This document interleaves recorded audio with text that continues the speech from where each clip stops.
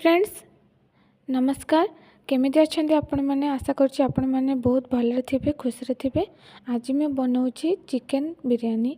देखो प्रथम चिकेन धोई नहीं भल भाव में सोरिष तेल हलदी गोल एपटे भात 45% करदे। एपटे पियाज काटी मसला मसली भी एपटे बाटी नहीं मु एबे मसला मसली बाटी सारिया पर मु चिकेन उपर लेंबू फाळे चिपुड़ी देछि। एपटे सोरिष तेल गरम करी गरम मसला सब पकई देछि।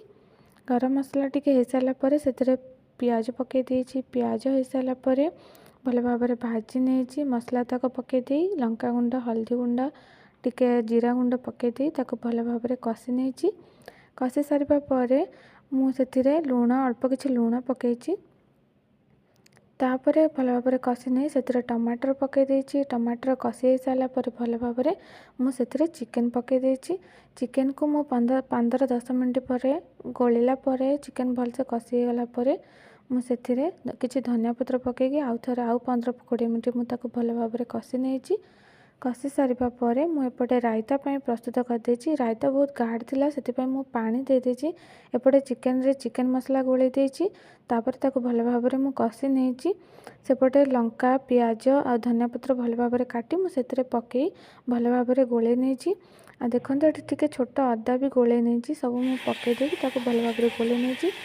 अल्प किछि स्वाद अनुसार कला लुण पकई देछि जोटा को बीट लुण कहती ताको भी गोले नहीं।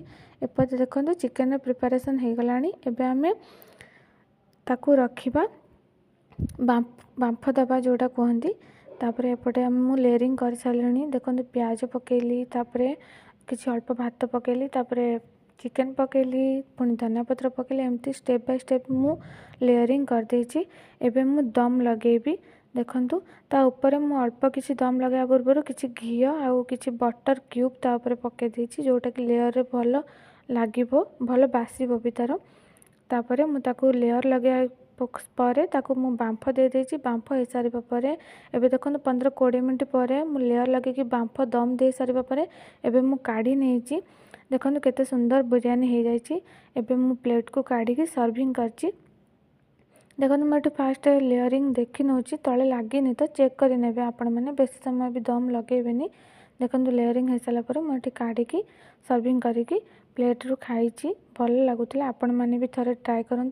जदि वीडियो भल लगी please like comment and share and subscribe करने रोची। नमस्कार। जय जगन्नाथ।